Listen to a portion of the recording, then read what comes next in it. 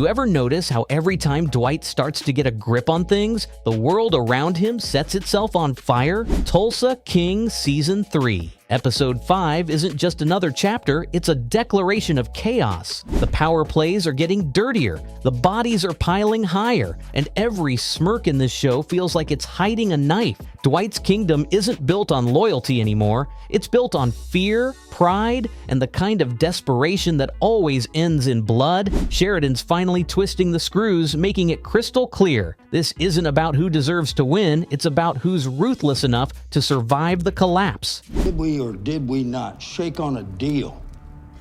It was a bad deal, Jeremiah. For me and for my family.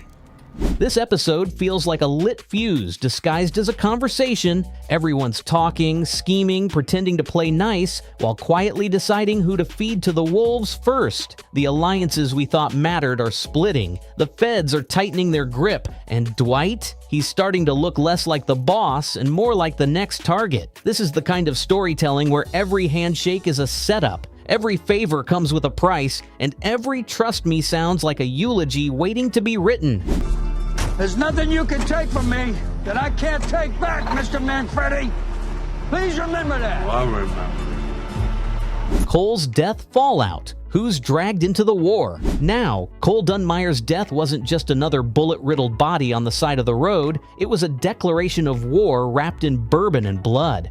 The way that scene played out felt like the final nail in whatever peace Dwight thought he could negotiate with the Dunmyers. Cole wasn't just some disposable thug, he was Jeremiah's son, the face of old money trying to coexist with new muscle. And when you kill the bloodline, you don't just break a man, you burn his entire family tree. Now, the question isn't if Jeremiah strikes back, it's how violently and how public. Dwight might have thought he was sending a message, but in Tulsa, every message gets rewritten in gunfire. Jeremiah is an old family friend. Well, it's good to have friends. Can I ask you what this guy is giving you, this Dunmire? The fallout is spreading faster than the smoke from a backroom poker fire. Dwight's crew is caught in the middle. Bodie's trying to keep the crypto empire clean. Mitch is counting the cost in body bags, and even Tina might start realizing that her father's sins are the kind that come with compound interest. The Dunmyers aren't just coming for blood, they're coming for reputation, assets, and territory. You don't kill a Dunmyer and walk back into your bar like nothing happened. Not when half the city's vultures are already circling, waiting for Dwight to slip. The bourbon might be recovered, but the cost? That tab hasn't even started. What's more chilling is how quiet Dwight is about it. That silence isn't peace, it's calculation. He knows this isn't just a revenge cycle, it's a chain reaction that's going to drag everyone from the FBI back into the ring. And when the bullets start flying again, the Dunmyers won't be the only ones catching strays. Someone's about to flip sides, someone's going to fall, and Dwight might realize too late that he's not the only one who knows how to play the long game. Because in Tulsa, the real war doesn't start with a trigger, it starts with a grudge. Do you know something that we don't know?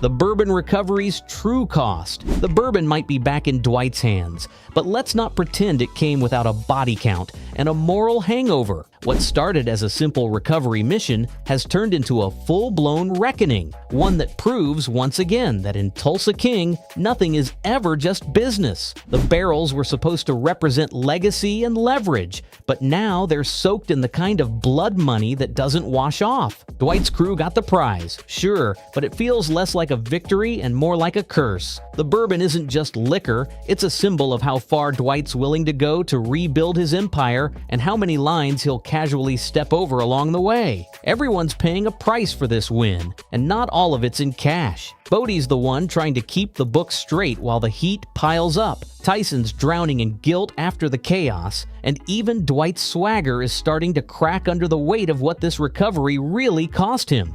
The Dunmyers aren't done. The feds are sniffing around. He's watching, grinning, knowing Dwight just gave him the leverage he's been waiting for. Because the thing about a prize like this is, once it's back in your possession, everyone suddenly wants a piece. And maybe that's the true genius or tragedy of Dwight Manfredi. He's the kind of man who mistakes control for survival, even when it's slipping through his fingers. This bourbon recovery was supposed to be a statement, "I'm still the king." But now it's looking more like a warning shot that woke up every rival, every fed, every ghost he's been trying to outrun since he landed in Tulsa. The barrels might be full, but the real question is, how much longer can Dwight stay, standing before he drowns in what's inside them? When it comes to my people, and you hurt them, I will snatch away your meaningless existence. Tyson's fate and return, alive, missing, or used as a pawn. Tyson's absence has become the quiet earthquake shaking Dwight's empire from underneath. The loyal right-hand kid who once drove the Cadillac and carried Dwight's street cred is now nothing more than a question mark, and that silence is deafening. No body, no call, no clue, just tension thick enough to slice. Has Tyson vanished for his own survival? Or has someone decided to use him as leverage in a game Dwight didn't realize he was already losing?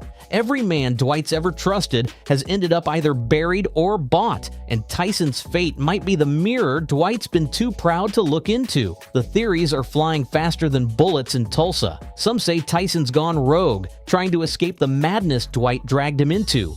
Others whisper he's in Dunmire's pocket, fed lines and threats until loyalty became too expensive to afford. And then there's the darkest possibility that the feds found a way to turn him into their silent weapon, the one who can take Dwight down without ever pulling a trigger, because nothing cuts deeper than betrayal from someone you once treated like a son. If Tyson does resurface, it won't be clean. He's either broken, brainwashed, or burning for revenge. And knowing how Tulsa King plays the long game, his return won't be a reunion. It'll be a reckoning. Dwight might think he's fighting a war against Dunmire, but the real battle could be the one walking back into his life wearing the face of the kid who once believed in him.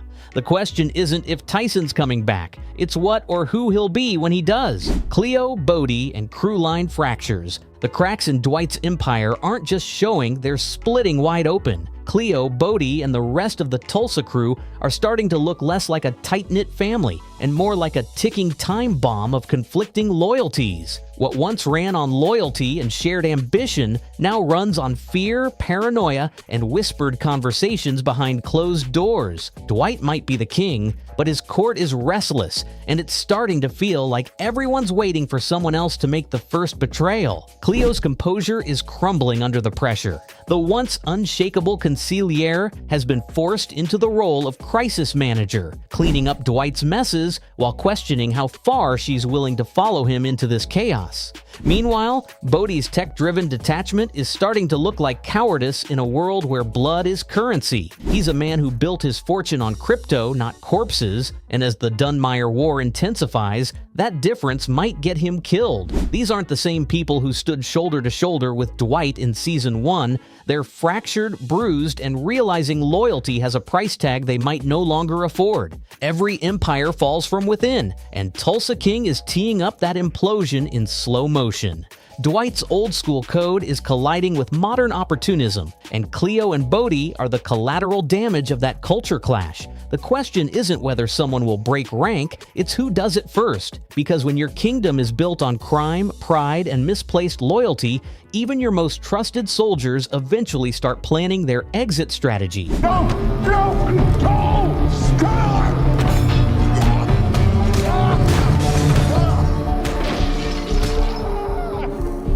Jeremiah Dunmire's bold response. Jeremiah Dunmyer has officially stopped playing defense, and it's terrifyingly effective. The man's gone from strategic manipulator to full-blown executioner in a three-piece suit. His response to Dwight's latest power move isn't loud or reckless, it's surgical. Cold, calculated, Dunmire's not throwing punches, he's cutting off oxygen. Whether it's through financial chokeholds, political pressure, or pulling strings in places Dwight didn't even know had strings, Jeremiah's showing why old money doesn't need muscle, just patience and precision. and that's the nightmare for Dwight. Because while he's still trying to run Tulsa like a street operation, Dunmyer's running it like a corporation with lawyers instead of hitmen, contracts instead of bullets. He's tightening every screw, buying out allies, turning resources against him, and waiting for Dwight to implode under his own weight. The bourbon distillery deal might have been the first spark, but Jeremiah's response proves he's willing to burn down the whole city to make a point.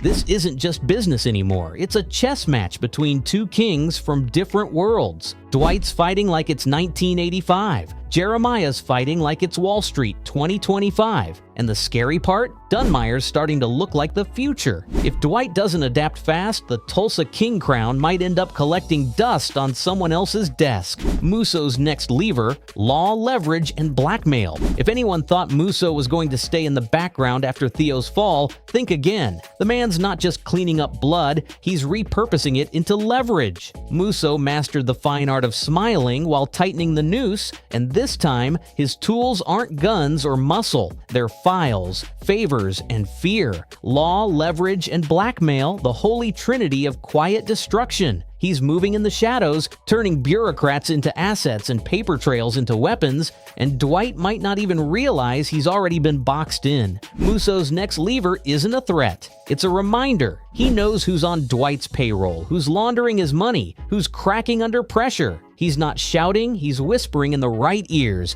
ensuring Dwight's loyal crew start second-guessing just how loyal they really are. That's how Musso wins. Not through brute force, but by making everyone else choose to destroy themselves. And if he's playing both sides, that means Dunmyer and the feds might not be enemies, they're just two tools in Musso's personal toolbox. At this point, Musso isn't fighting for territory, he's fighting for control of the narrative. And in a city full of outlaws, politicians, and wannabe kings, the one pulling the strings behind closed doors is the one who truly runs it all. Dwight thinks he's facing Dunmyer. He's wrong. Musso's playing a longer game, and if Dwight doesn't learn fast, he's about to become the punchline in Musso's victory toast. Family as leverage, Tina's role rising. Tina's gone from collateral damage to tactical weapon, and whether she knows it or not, every player in Tulsa is circling her name like a hawk.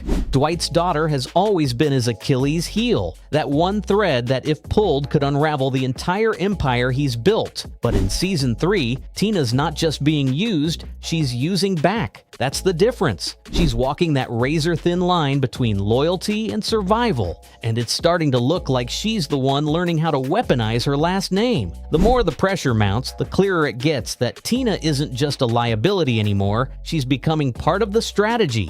Dunmyer knows it, Musso knows it, even the feds know it. Family equals control, and the more Dwight tries to protect her, the more vulnerable he becomes. Tina's anger, grief, and disillusionment are now the perfect storm, and if someone decides to exploit it, whether it's through business, blackmail, or emotional persuasion, it could make or break the entire Tulsa operation.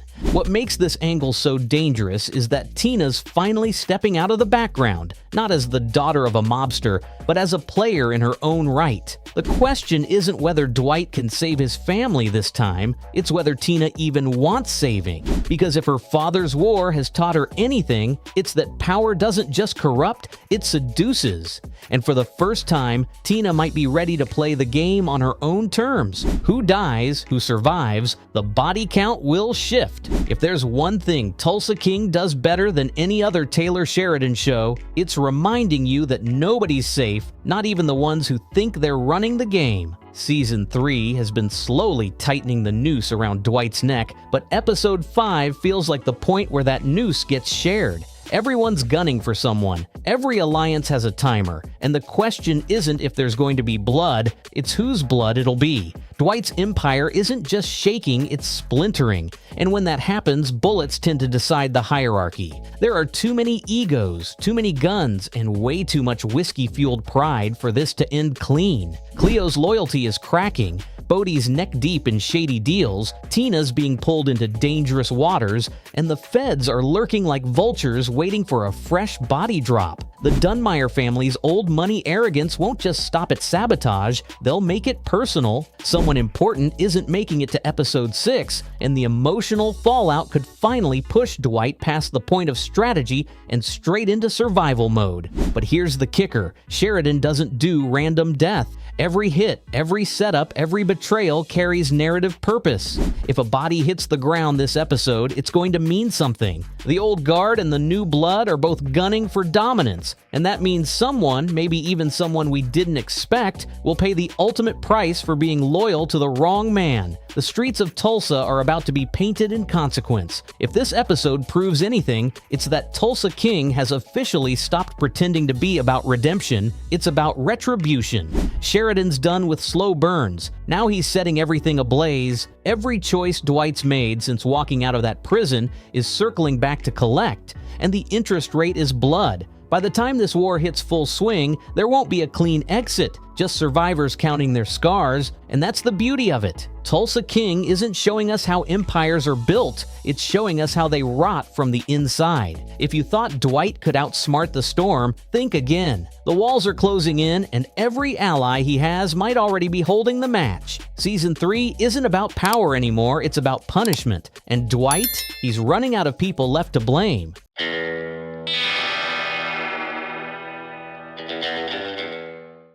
I got connections, and I know how to play the game. I'll help you get elected. What does Dwight get out of this? You let me worry about Dwight. I heard that Dwight... Tulsa King just went from crime drama to full-blown Greek tragedy, and Dwight Manfredi's sitting right in the middle of it, crown slipping, empire cracking, and enemies circling like vultures. What started as a flex of dominance has turned into a desperate scramble for control. His crew's fracturing, his allies are ghosts, and the city that once bent to his will now smells weakness in the air. You can feel it, the walls are closing in, the calm before the chaos. And the craziest part? Dwight still thinks he can talk his way out of a war he already started. This isn't business anymore, it's blood, ego, and betrayal, and everyone's playing for keeps. Tulsa King isn't crime TV anymore, it's a lesson in what happens when power meets paranoia. Dunmyer's playing chess while Dwight's still throwing punches. The feds are tightening the noose, and Chicky's ghost is practically laughing from New York. The empire's rotting from the inside, and the only thing more dangerous than Dwight's enemies might just be Dwight himself. Where'd you stash it? I don't got your money. I ain't talking money. I want the Montague 50. Dwight's House of Cards, the beginning of his downfall. Dwight Manfredi built his Tulsa kingdom on charm, muscle, and that stubborn delusion that he could outsmart both time and loyalty. But Season 3 is proving that even the general can't outgun the rot beneath his own empire. You can almost see the cracks forming in real time. Every handshake deal now looks like a noose tightening around his neck. The same city he tamed is now eating him alive. One betrayal, one miscalculation, one favor at a time. It's poetic in that cruel Taylor Sheridan way. The man who thought he could run the show clean is finally realizing the show's been running him. And let's be honest, Dwight's empire was always more duct tape than dynasty. The feds circling, the Dunmyers out for blood, Tyson gone missing, his crew turning twitchy. It's like watching a slow-motion car crash in a whiskey barrel. The bravado's fading, the allies are thinning, and the facade of control is cracking like cheap glass. Dwight's biggest problem isn't his enemies, it's his ego, the same one that made him think Tulsa could be tamed. Now every move feels reactive, desperate, and drenched in that quiet panic of a man who finally realizes he's running out of corners to hide in. This isn't just the fall of Dwight Manfredi, it's the dismantling of the myth he built around himself. The idea that an old-school mobster could build something pure in a corrupt world was always a fantasy. And now we're watching the hangover hit. The king's crown is slipping, the castle's burning, and the people he once inspired are starting to look for exits. Tulsa was supposed to be his rebirth, but Season 3 is making damn sure it becomes his reckoning.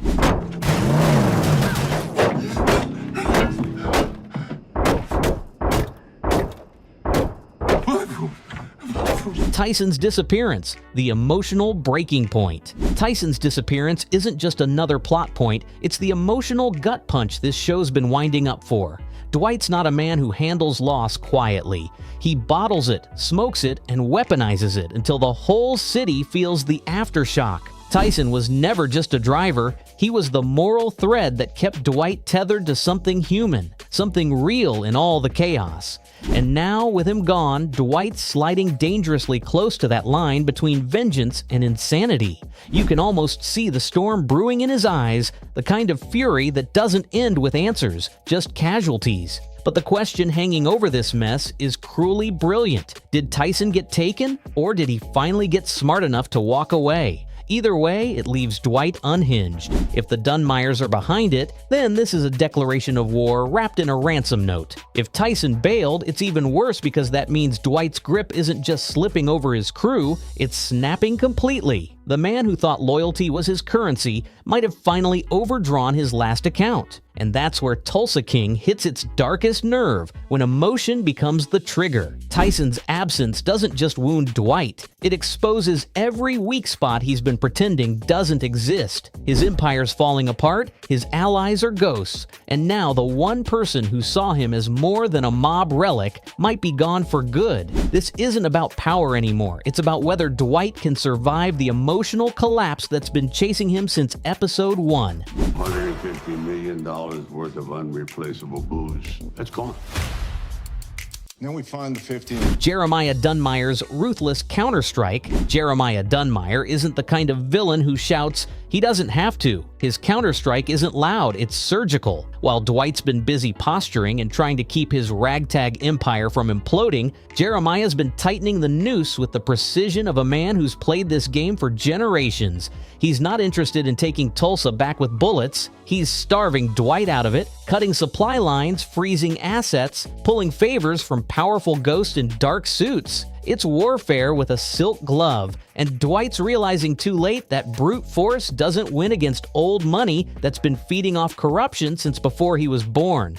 This isn't a mob war, it's an extinction event. Jeremiah's playing chess while Dwight's still swinging a baseball bat, and every move the general makes now feels reactive, sloppy, emotional. Dunmire's the kind of man who doesn't need to kill you to destroy you. He'll just turn your allies into liabilities, your deals into evidence, and your city into a cage. You can already feel the shift. Tulsa's no longer Dwight's kingdom, it's Jeremiah's playground, and the mobster from Brooklyn has finally met a predator who kills politely. What makes it sting worse is that Dwight knows it. You can see the humiliation simmering beneath that calm exterior.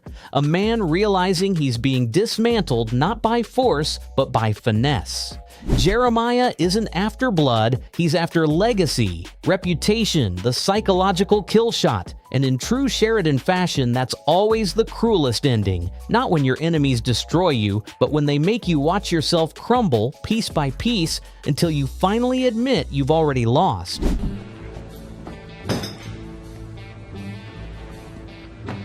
Are you Walden?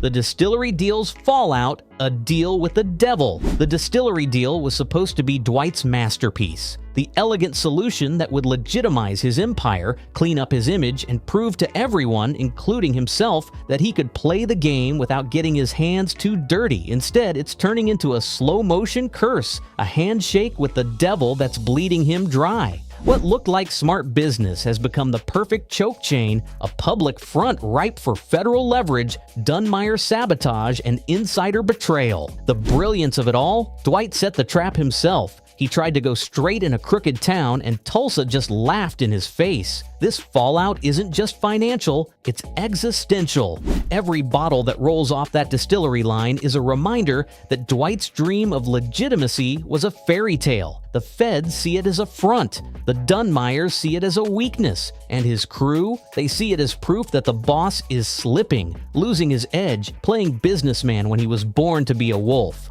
What was meant to elevate him above the mob has dragged him deeper into the mud, and now the vultures, legal and otherwise, are circling for the scraps. You can feel the irony oozing out of every frame. Dwight tried to build something that would outlast him, but in doing so, he built the very thing that'll bury him. The distillery was never a symbol of progress. It was a monument to pride, to that fatal belief that a man like him could ever outrun what he is. Now it's collapsing under the weight of that delusion, and it's taking everything he loves down with it. Internal betrayal, the rat in Dwight's crew. Every empire has a Judas, and Dwight's is starting to smell like betrayal. The only question is who's cashing in their loyalty for survival. The feds know too much, the Dunmyers are too coordinated, and Dwight's every confidential move seems to leak like a broken faucet. Somebody on the inside is talking, and the paranoia is spreading faster than the whiskey in his busted distillery. The tragedy? It's not just betrayal that's killing Dwight, it's the quiet realization that he created the kind of world where betrayal was inevitable. You can feel it in every interaction. The darting glances, the hesitant nods, the way conversations suddenly go quiet when Dwight enters the room. His crew's loyalty has always been transactional, built on fear, favors, and fading respect. But now the stakes have shifted. Survival trumps loyalty, and Dwight's charm isn't enough to hold a collapsing kingdom together. The rat isn't just someone giving up secrets, it's someone cashing in on the chaos before the whole house burns. And that's the beauty of it. Sheridan's storytelling thrives in these moral implosions.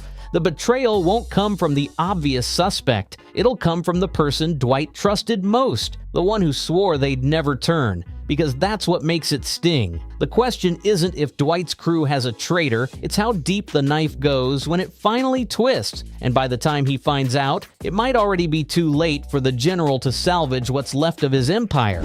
Walter, you don't mind if we take a few samples on the way out? Of course. Whatever you would like, just...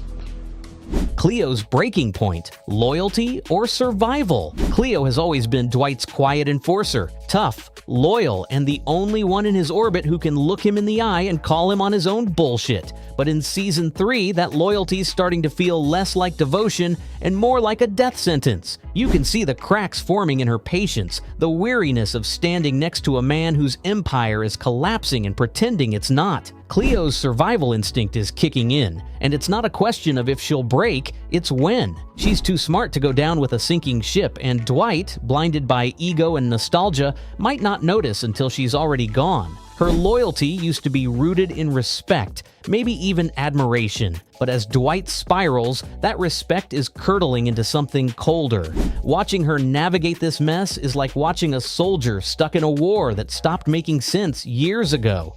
Every move Dwight makes now comes with collateral damage, and Cleo's starting to see that survival might mean stepping out of his shadow, or worse, stepping over his body. That's not betrayal, that's self-preservation in a world where loyalty is the fastest way to get buried. What makes it brutal is the emotional weight behind it. Cleo isn't some disposable side character. She's Dwight's conscience made flesh, and if she snaps, it won't be clean, it'll be messy, tragic, inevitable. Her breaking point could be the show's turning point, the moment where Dwight finally realizes the cost of leading like a king in a world that's done kneeling.